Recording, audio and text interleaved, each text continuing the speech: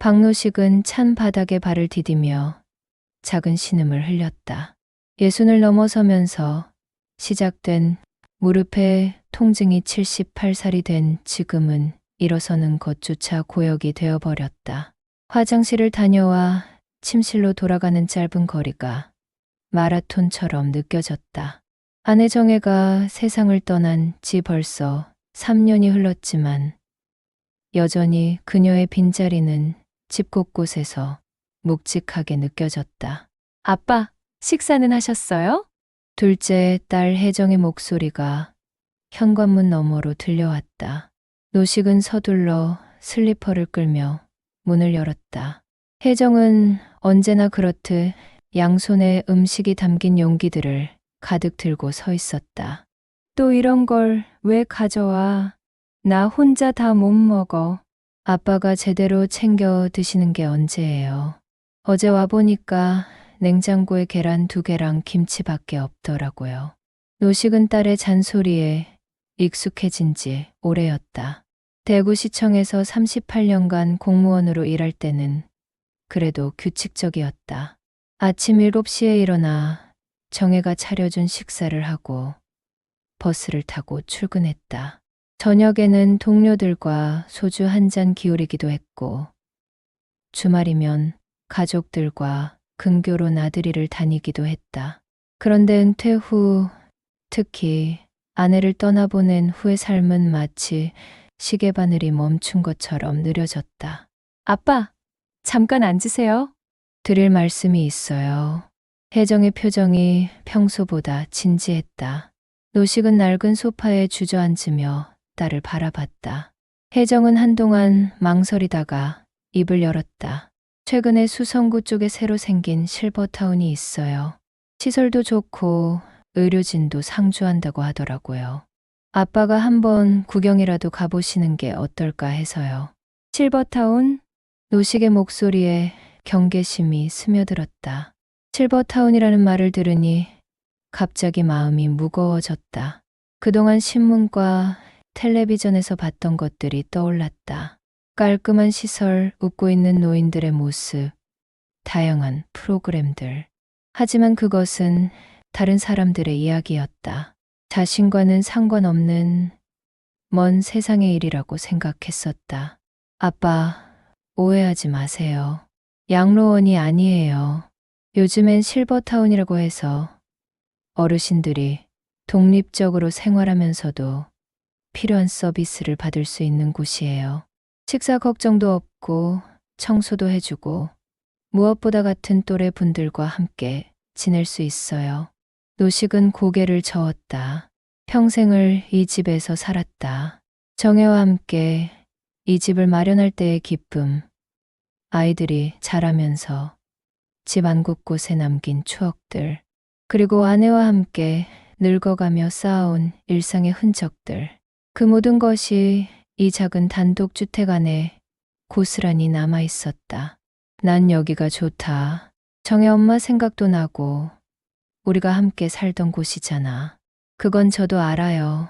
하지만 아빠 건강 생각해 보세요. 무릎도 아프시고 요즘 깜빡깜빡 하시는 일도 많아지셨잖아요. 어제도 가스레인지 끄는 걸 잊으셔서 얼마나 놀랐는지 몰라요. 혜정의 말이 가슴에 꽂혔다. 노식 자신도 최근 들어 달라진 것을 느끼고 있었다. 간단한 계산도 헷갈리고 약을 먹었는지 안 먹었는지 기억이 나지 않을 때가 많았다. 며칠 전에는 동네 슈퍼에 갔다가 길을 잃어 한참을 헤맨 적도 있었다. 30년 넘게 살던 동네였는데 말이다. 첫째는 뭐라고 하던가. 형도 같은 생각이에요. 아빠 걱정되신다고 하시면서 같이 알아보자고 하시더라고요. 노식은 창밖을 바라봤다. 작은 앞마당에는 정혜가 심어놓은 장미나무가 여전히 자리를 지키고 있었다. 꽃은 몇 년째 제대로 피우지 못하고 있었지만 노식은 차마 뽑을 수가 없었다. 아내의 마지막 흔적 같은 느낌이 들어서였다. 아빠, 무리하지 마세요. 그냥 한번 구경만이라도 가보는 거예요. 마음에 안 들면 그냥 오면 되잖아요. 구경만? 네, 구경만요. 요즘 좋은 곳들이 많이 생겼어요. 대학 교수 출신 의사 선생님들도 많이들 계신다고 해요. 아빠 같으신 분들이요. 노식은 한참을 고민했다. 사실 혼자 지내는 것이 점점 버거워지고 있었다. 특히 밤이 되면 외로움이 밀려와 잠을 이루기 어려웠다. 정해가 없는 침실은 너무 넓고 조용했다. 가끔 TV를 켜놓고 자기도 했지만 그것도 임시 방편일 뿐이었다. 혜정아, 난 아직 그런 곳에 갈 나이가 아니야. 아빠, 나이가 문제가 아니에요. 편안하게 지내시는 게 중요한 거죠. 매일 장 보러 나가실 필요도 없고, 청소할 걱정도 없고, 아플 때 바로 병원 갈 수 있고, 그리고 무엇보다 혜정이 잠시 말을 멈췄다. 무엇보다 외롭지 않으세요. 또래 분들과 이야기도 나누시고, 취미 활동도 하시고, 아빠가 옛날처럼 활기차게 지내시는 모습을 보고 싶어요. 노식의 눈가에 습기가 맺혔다. 딸의 마음을 모르는 것은 아니었다. 요즘 혜정이 들르는 횟수가 늘어난 것도, 큰아들이 전화를 자주 하는 것도 모두 자신을 걱정해서라는 것을 알고 있었다. 그런데 막상 실버타운이라는 말을 들으니 마음 한구석이 서늘해졌다. 아빠도 조금은 편하게 지내셔야죠. 엄마도 그걸 바라실 거예요. 혜정의 마지막 말이 노식의 마음을 움직였다. 정혜라면 뭐라고 했을까?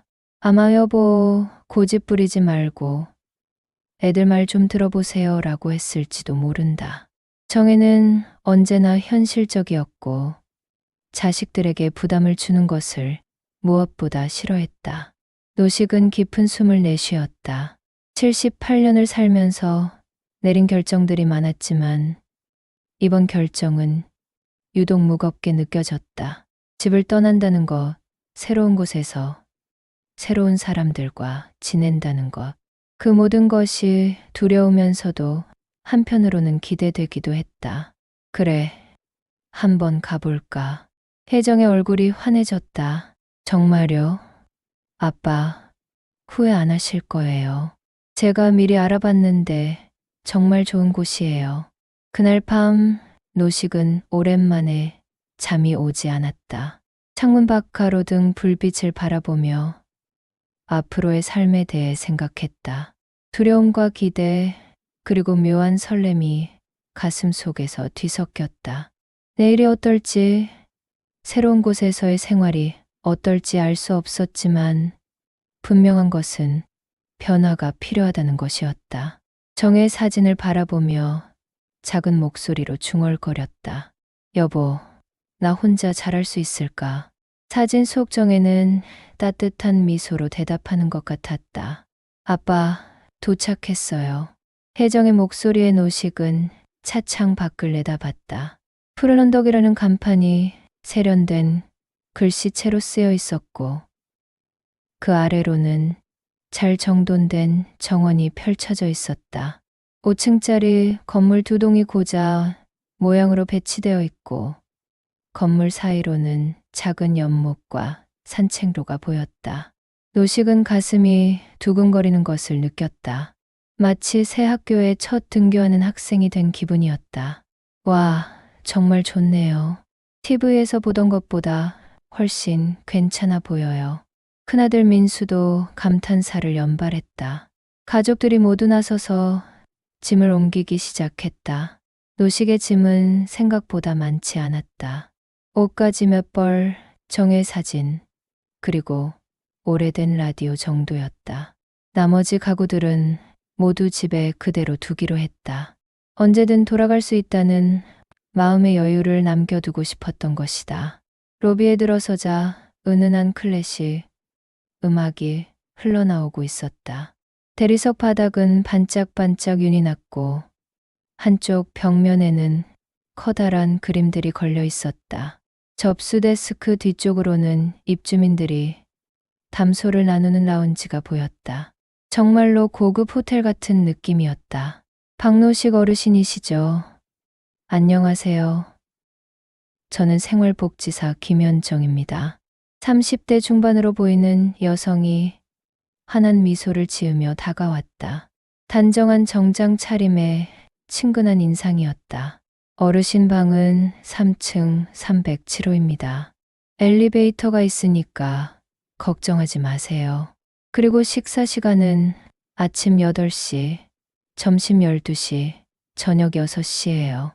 처음 며칠은 적응하시느라 힘드실 텐데 언제든 필요한 게 있으시면 말씀해 주세요.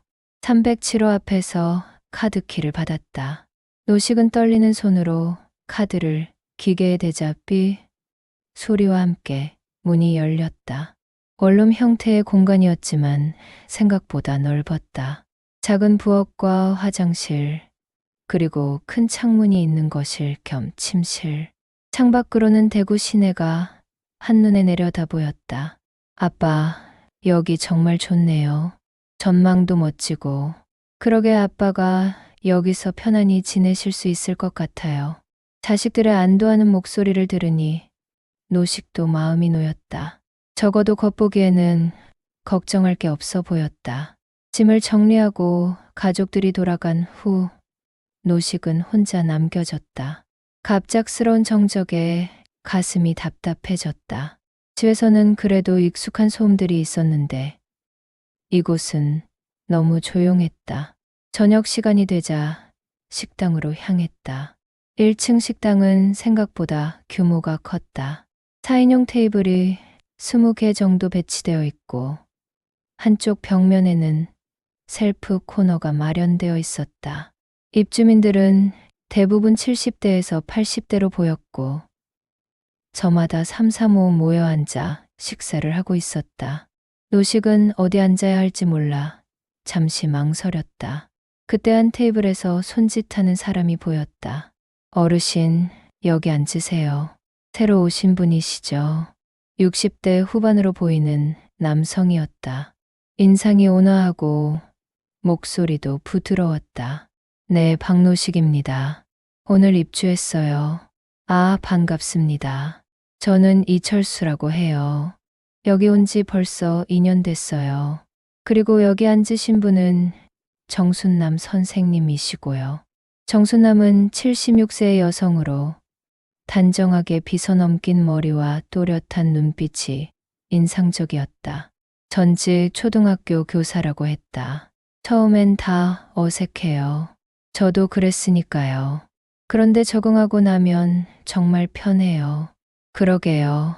저는 아직도 가끔 깜짝 놀라요. 아침에 일어나면 식사가 준비되어 있고 청소할 걱정도 없고 천국이 따로 없어요. 이철수의 말에 다른 입주민들도 고개를 끄덕였다. 식사도 생각보다 맛있었다. 잡곡밥에 된장찌개, 불고기, 나물 반찬까지. 집에서 혼자 대충 때우던 식사와는 차원이 달랐다. 박 선생님은 무슨 일 하셨어요? 대구시청에서 공무원 했습니다. 38년간 했어요. 아, 공무원이셨구나. 그럼 연금도 넉넉하게 나오시겠네요. 부러워요. 정순남의 말에 노식은 약간 민망했지만 나쁘지 않은 기분이었다. 오랜만에 누군가와 자신의 지난 일들을 이야기하는 것이 즐거웠다. 식사 후에는 1층 라운지에서 차를 마셨다. 이철수는 원래 중학교 교장을 지냈다고 했고 정순남은 40년간 초등학교에서 아이들을 가르쳤다고 했다. 세 사람은 금세 화제가 통했다. 교육 현장의 변화, 요즘 젊은 세대에 대한 이야기, 그리고 각자의 가족사까지. 내일은 합창단 연습이 있어요. 박 선생님도 한번 구경 오세요. 합창단이요. 네, 매주 화요일이랑 목요일에 해요. 처음엔 구경만 했는데 해보니까 정말 재미있어요. 노래 부르고 나면 기분이 확 달라져요. 정순남의 눈빛이 반짝였다. 정말 즐거워하는 것 같았다. 그날 밤 노식은 새 침대에 누워 천장을 바라봤다. 집에서의 마지막 밤들처럼 외롭지는 않았다. 복도 너머로 들리는 작은 소음들, 다른 방에서 나오는 희미한 불빛들이 오히려 안정감을 주었다. 혼자가 아니라는 느낌이었다. 다음 날 아침, 노식은 일찍 일어났다. 오랜만에 상쾌한 기분이었다. 식당에 내려가니 벌써 여러 입주민들이 식사를 하고 있었다. 어제 인사했던 분들이 반갑게 손을 흔들었다. 박 선생님, 잘 주무셨어요? 네, 생각보다 잘 잤어요. 다행이네요. 오늘 아침 산책 같이 하실래요? 여기 산책로가 정말 좋거든요. 정순남의 제안에 노식은 기꺼이 응했다. 아침 식사 후 두 사람은 건물 뒤편 산책로로 향했다. 약 30분 정도 걸리는 코스였는데 곳곳에 벤치가 있어서 중간중간 쉴 수 있었다. 봄꽃들이 막 피어나기 시작했고 새들이 지저귀는 소리가 들렸다. 여기 와서 가장 좋은 게 뭔지 아세요? 정순남이 벤치에 앉으며 물었다. 뭔가요? 외롭지 않다는 거예요. 집에 혼자 있을 때는 하루가 정말 길었거든요. 그런데 여기서는 시간이 금방 가요. 할 일도 많고 이야기할 사람도 있고. 노식도 고개를 끄덕였다. 단 이틀 만에 느낀 것이지만 분명 달랐다. 집에서는 매일이 똑같았다. 아침에 일어나서 대충 식사하고 TV 보고 낮잠 자고 또 TV 보고. 그런데 여기서는 매일이 새로웠다. 오늘 오후에는 요가 수업도 있어요. 선생님이 와서 가르쳐 주세요. 몸이 많이 좋아져요. 요가요? 저 같은 사람이 할 수 있을까요? 물론이죠. 처음엔 저도 걱정했는데 나이에 맞춰서 천천히 가르쳐 주세요.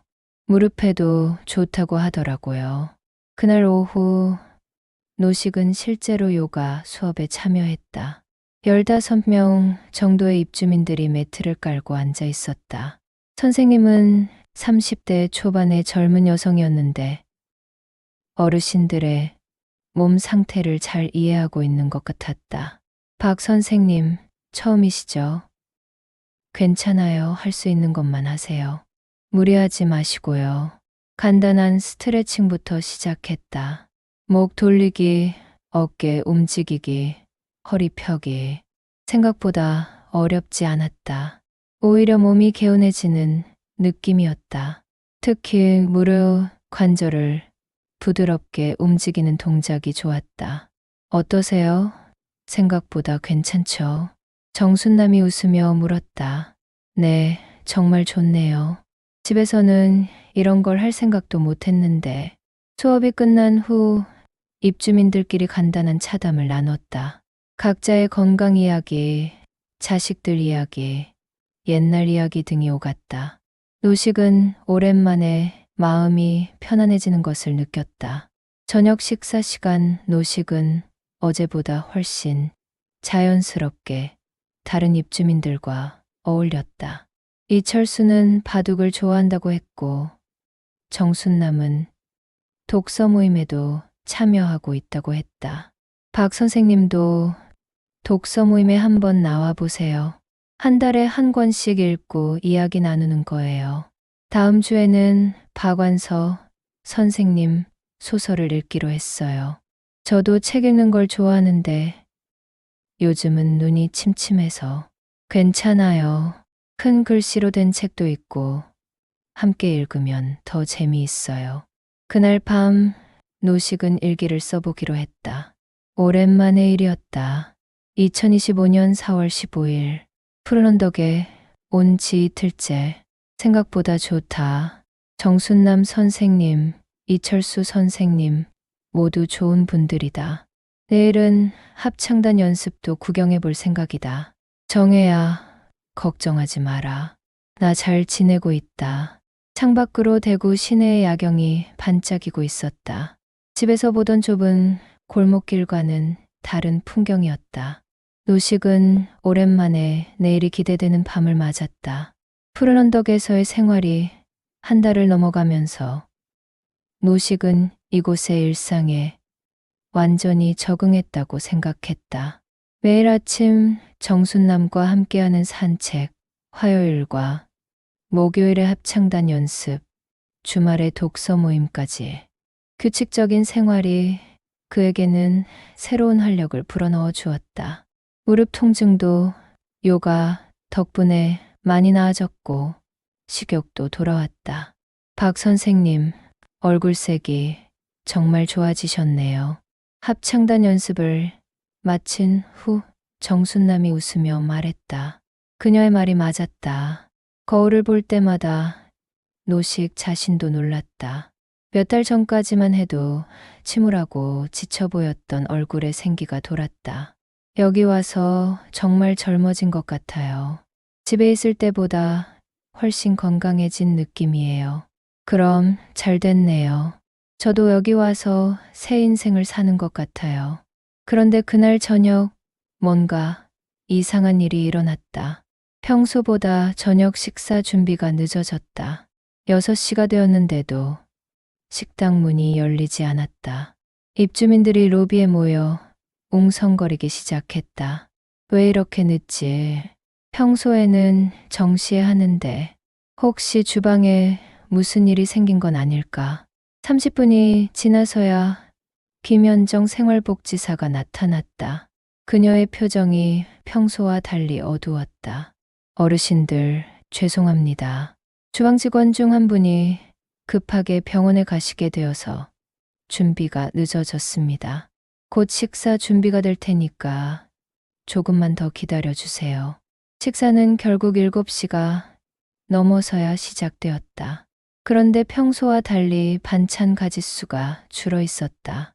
보통 5가지 정도 나오던 반찬이 3가지밖에 없었고 국물도 평소보다 싱거웠다.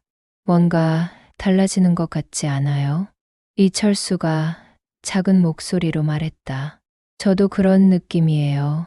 요즘 직원들도 자주 바뀌고 정순남도 걱정스러운 표정이었다.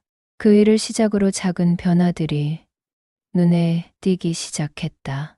청소가 예전만큼 꼼꼼하지 않았고 엘리베이터 수리도 며칠씩 미뤄졌다.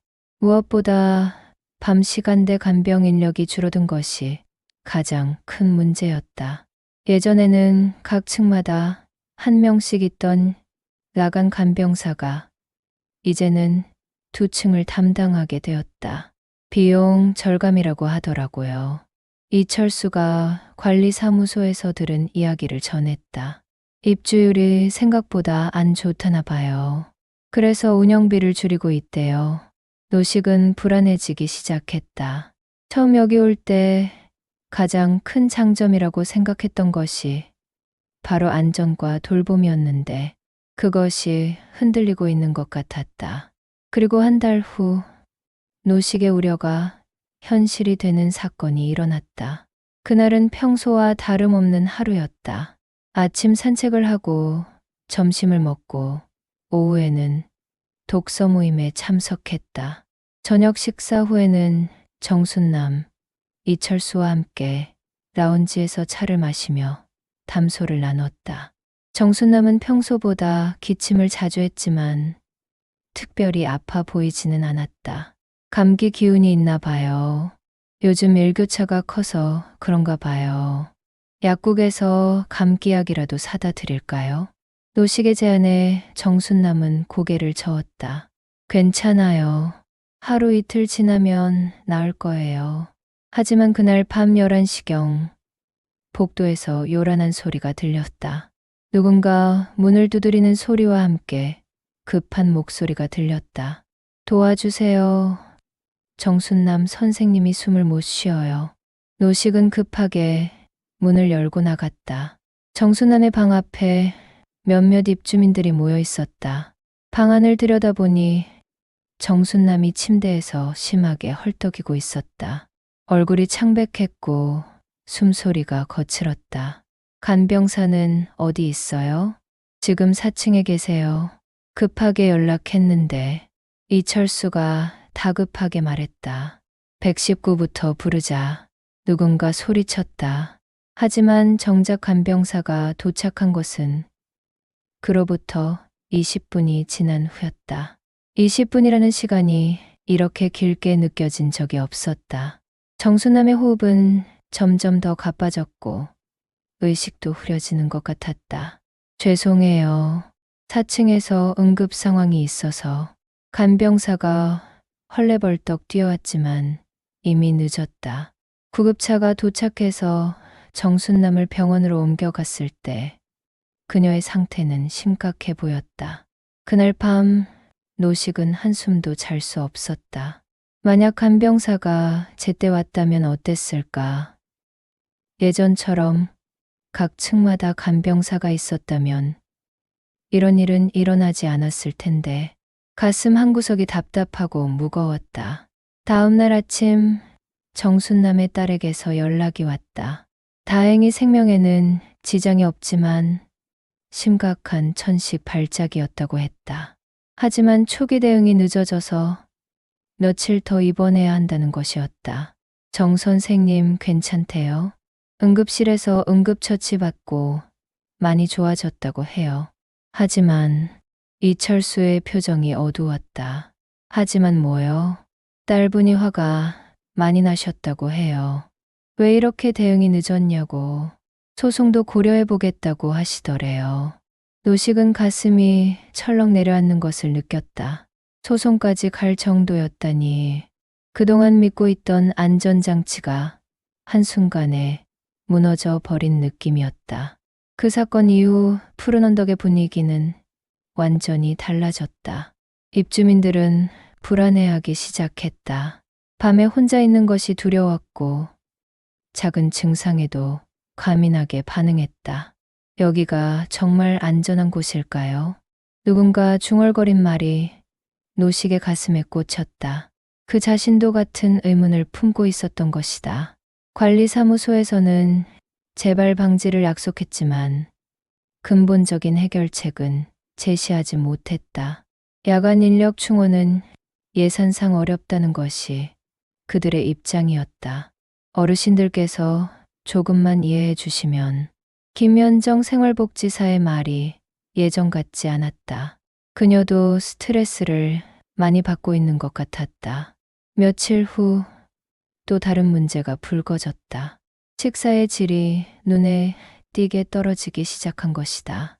반찬은 더욱 단조로워졌고 때로는 상한 것 같은 음식이 나오기도 했다. 이건 정말 아니에요. 평소 온순하던 한 입주민이 항의했다. 돈 받고 이런 음식을 주다니.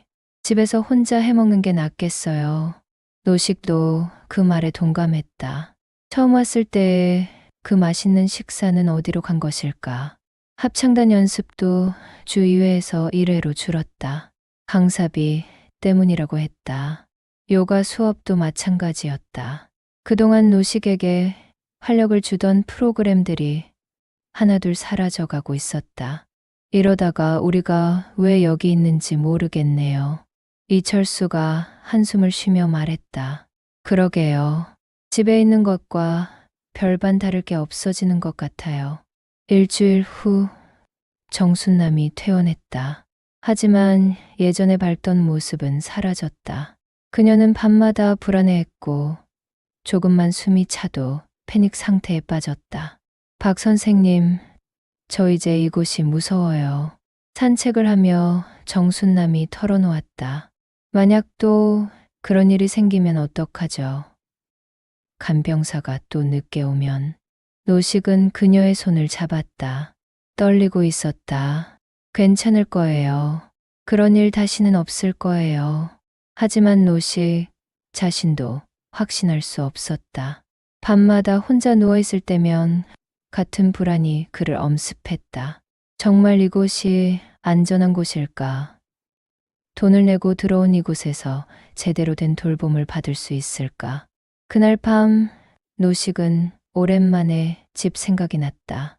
비록 불편하고 외로웠지만 적어도 그곳에서는 이런 불안은 없었다.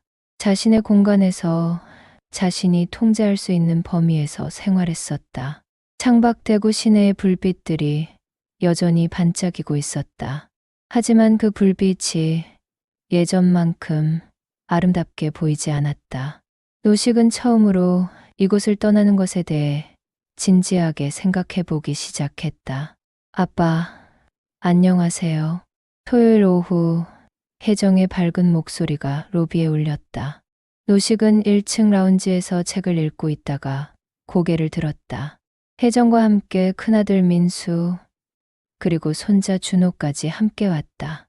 가족들이 모두 함께 오는 건 2달 만이었다. 어머, 준호야. 할아버지 보고 싶었지. 10살인 손자는 스마트폰 게임에 빠져 있었다. 할아버지를 보고도 고개만 살짝 들었다. 다시 화면을 내려다봤다. 준호야, 할아버지한테 인사해야지. 민수가 아들을 나무랐지만 준호는 여전히 게임에 집중하고 있었다. 괜찮다, 괜찮아. 요즘 애들은 다 그런가 봐. 노식은 씁쓸한 마음을 억누르며 웃어 보였다. 예전 집에 있을 때는 준호가 오면 항상 할아버지 품에 안겨서 이것저것 물어보곤 했는데 언제부터인가 거리감이 생겼다. 아빠, 여기 생활은 어떠세요? 불편한 건 없으시고? 혜정의 질문은 언제나 똑같았다. 마치 의무적으로 묻는 것 같았다. 괜찮다. 뭐 별일 없이 지내고 있어. 노식은 며칠 전 정순남에게 일어났던 일을 말할까 망설였다. 하지만 자식들을 걱정시키고 싶지 않았다. 식사는 잘 나오죠. 건강은 괜찮으시고. 그럼 여기 음식이 집에서 혼자 해먹던 것보다 훨씬 좋아. 사실은 아니었다. 최근 들어 식사 질이 많이 떨어졌지만 굳이 말할 필요는 없다고 생각했다. 다행이네요. 저희가 매번 와서 챙겨드리지 못해서 죄송해요. 요즘 일이 너무 바빠서. 민수가 미안한 표정을 지었다. 하지만 그의 시선은 계속 시계를 보고 있었다. 그런 거 신경 쓰지 마라. 너희들도 할 일이 있는데. 가족들과 함께 3층 노식의 방으로 올라갔다.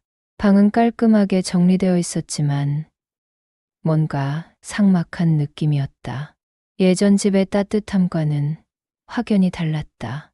아빠, 방이 생각보다 좁네요. 답답하지 않으세요? 아니야, 이 정도면 충분해. 혼자 살기에는 딱 좋아. 혜정이 냉장고를 열어봤다. 물과 우유, 그리고 몇 개의 과일만 들어있었다. 아빠, 간식 같은 것도 사다 놓으세요. 우유만으로는 부족해요. 여기 식당에서 다 해결되는데 뭐가 필요해. 오히려 너무 편해서 걱정이야. 가족들과 함께 1층 식당에서 차를 마셨다. 예전에는 집에서 둘러앉아 과일도 깎아 먹고 준호는 할아버지 무릎에 앉아서 옛날 이야기를 들으곤 했는데 이제는 모든 것이 격식을 차린 만남 같았다. 아빠, 여기 다른 어르신들과는 잘 어울리세요? 응, 좋은 분들이 많아. 정순남 선생님이라고 전에 초등학교 선생님 하신 분도 있고, 이철수 씨라고 교장 선생님 하신 분도 있고. 그럼 다행이네요. 외롭지 않으시겠어요. 하지만 정작 노식은 요즘 더 외로움을 느끼고 있었다. 시설의 문제들로 인해 입주민들 사이의 분위기도 예전만큼 화기애애하지 않았다. 특히 정순남이 그 사건 이후로 많이 위축되어서 함께하는 시간도 줄어들었다. 아빠, 저희가 자주 못 와서 죄송해요. 그래도 여기 계시니까 마음이 놓여요. 혜정의 말에 노식은 묘한 감정을 느꼈다. 마음이 놓인다는 표현이 귀에 거슬렸다. 마치 자신을 여기에 맡겨두고 안도하고 있다는 느낌이었다. 준호야, 할아버지랑 이야기 좀 하자. 노식이 손자에게 말을 걸었지만 준호는 여전히 게임에 빠져 있었다. 준호야, 학교는 재미있니? 친구들은 많이 사귀었고. 응. 건성으로 대답하는 준호를 보며 무식은 가슴이 아팠다. 예전에는 할아버지가 가장 좋은 놀이 상대였는데 이제는 관심도 없어 보였다. 요즘 준호가 게임을 너무 좋아해서 걱정이에요. 할아버지 말씀은 잘 들을 텐데 민수가 말했지만 준호는 들은 채도 하지 않았다. 2시간 정도 함께 있다가 가족들이 일어났다. 아빠, 저희 이제 가볼게요. 준호, 학원 시간이 되어서요. 벌써? 좀 더 있다가 가지. 다음에 더 오래 있을게요. 오늘은 시간이. 민수가 시계를 보며 서둘러 말했다. 가족들을 배웅하며 로비까지 내려갔다.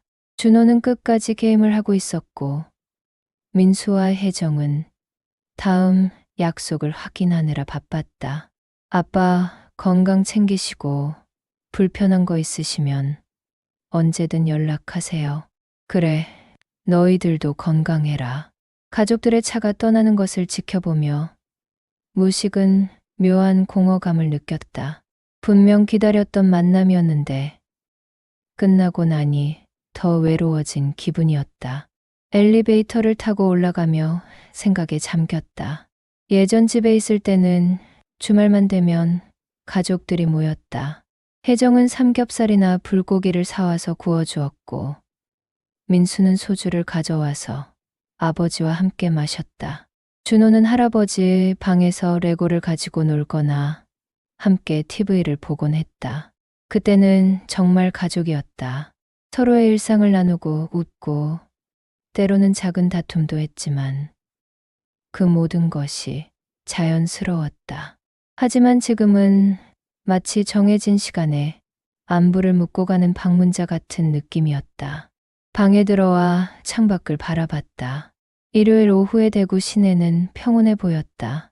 하지만 노식의 마음은 평온하지 않았다. 내가 여기 와서 편해졌다고 하는데 정작 가족들이 더 편해진 건 아닐까. 그런 생각이 자꾸만 들었다.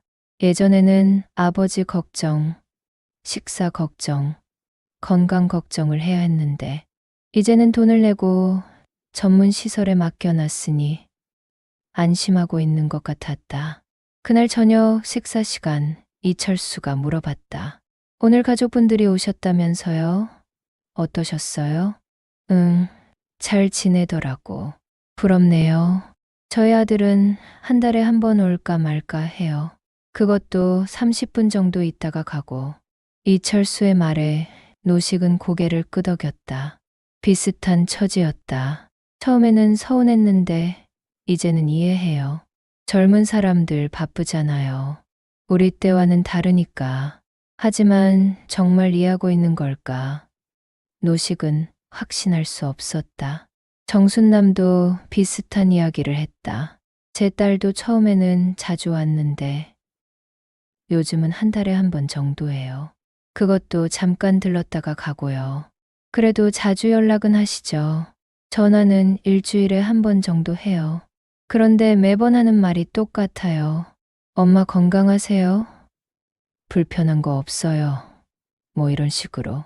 노식도 공감했다. 혜정이나 민수와의 통화도 항상 비슷했다. 건강, 식사, 불편함. 그 외에는 별다른 대화가 없었다. 예전에는 손자, 손녀 이야기도 많이 하고 동네 소식도 전해주고 그랬는데 이제는 그런 게 없어요. 정수남의 말이 가슴에 와 닿았다. 며칠 후 혜정에게서 전화가 왔다. 아빠, 안녕하세요? 잘 지내세요? 응, 잘 지내고 있다. 식사는 잘 드시고 다른 어르신들과도 잘 어울리시고 그러세요? 또 똑같은 질문이었다. 혜정아, 너는 어떻게 지내니? 직장 생활은 힘들지 않고. 저요? 저는 괜찮아요. 바쁘긴 하지만. 아빠, 혹시 불편한 거 없으세요?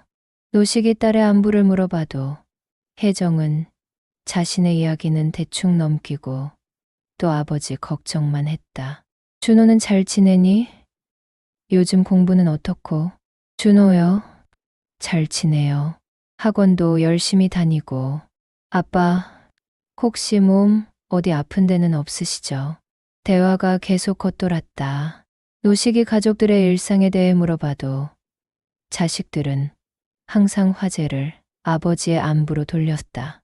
마치 의무적으로 안부를 확인하는 것 같았다. 그날 밤 노식은 오랜만에 집 생각이 간절해졌다. 비록 혼자였지만 그때는 진짜 가족이었다. 자식들이 오면 정말 기뻤고 함께 있는 시간이 소중했다. 하지만 지금은 뭔가 달랐다. 내가 짐이 되어버린 건 아닐까. 그런 생각이 자꾸만 들었다. 가족들에게 부담을 주지 않으려고 이곳에 왔는데 오히려 더 큰 거리감만 생긴 것 같았다. 돈을 내고 전문 시설에 맡겨놨으니 안심하고 이제는 형식적인 안부만 묻는 관계가 되어버린 것은 아닐까. 창밖의 야경을 바라보며 노식은 한숨을 쉬었다. 분명 자식들은 좋은 뜻으로 이곳을 권했을 것이다. 아버지가 편하게 지내기를 바라는 마음에서. 하지만 정작 자신은 예전보다 더 외로워진 것 같았다. 시설은 좋고 서비스도 있고 또래 친구들도 있지만 가장 소중한 것 하나를 잃어버린 기분이었다. 바로 진짜 가족의 정이었다. 그날 밤 노식은 밤늦도록 잠이 오지 않았다. 정의 사진을 바라보며 중얼거렸다. 여보, 내가 뭔가 잘못 선택한 건 아닐까. 편해지려고 했는데 오히려 더 멀어진 것 같아. 그날 아침 노식은 평소보다 일찍 깼다. 창밖으로 새벽 햇살이 스며들고 있었지만 마음은 여전히 무겁고 복잡했다. 푸른 언덕에 온 지 벌써 석 달이 지났지만 최근 며칠간은 잠을 제대로 이루지 못했다. 정수남의 사건, 떨어지는 서비스 품질, 그리고 무엇보다 가족들과의 미묘한 거리감이 그를 괴롭혔다. 아침 산책을 나갔지만 발걸음이 무거웠다. 예전처럼 정순남과 함께 걷지 못하는 것도 아쉬웠다. 그날 밤의 사건 이후 정순남은 산책을 꺼리게 되었고 대부분의 시간을 방에서 보내고 있었다. 박 선생님, 안녕하세요. 뒤에서 들려온 목소리에 돌아보니 정순남이 서 있었다. 며칠 만에 보는 그녀의 모습은 많이 수척해져 있었다. 순남 씨, 오랜만이네요. 몸은 좀 어떠세요? 그럭저럭요. 박 선생님, 혹시 시간 있으시면 잠깐 이야기 좀 할까요? 정순남의 표정이 평소와 달리 심각했다. 두 사람은 산책로 중간에 있는 벤치에 앉았다. 한동안 침묵이 흘렀다. 박 선생님, 저 많은 생각을 했어요. 정순남이 조심스럽게 입을 열었다. 그날 밤일 이후로 매일 밤이 무서워요. 혹시 또 그런 일이 생기면 어떡하나.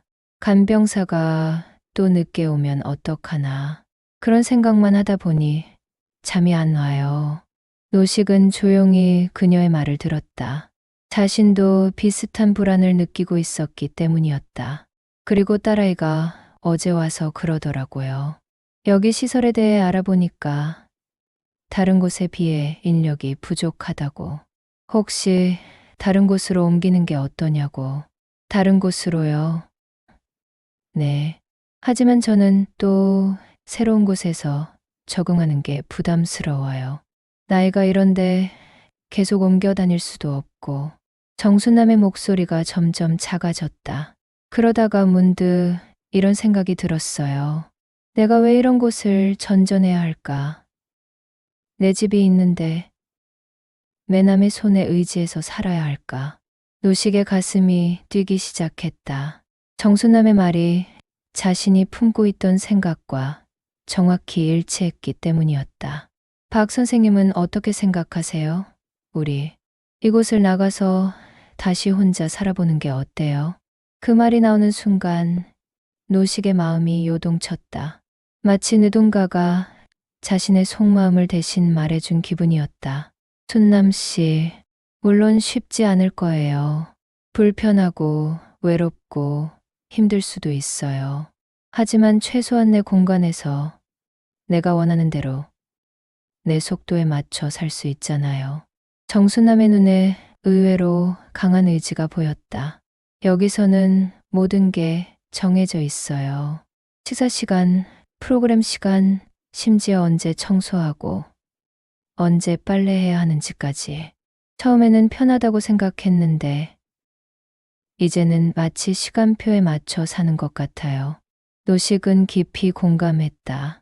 규칙적이고 체계적인 생활이 처음에는 좋았지만 시간이 지날수록 답답함을 느끼고 있었다. 그리고 무엇보다 정순남이 잠시 말을 멈췄다가 계속했다. 여기서는 우리가 손님이에요. 돈을 내고 서비스를 받는 손님. 하지만 집에서는 주인이잖아요. 그 말이 노식의 가슴을 세차게 울렸다. 정확한 지적이었다. 여기서는 아무리 좋은 시설, 좋은 서비스라고 해도 결국 남이 만들어 놓은 틀 안에서 사는 것이었다. 순남 씨, 하지만 혼자 사는 게 쉽지 않을 거예요.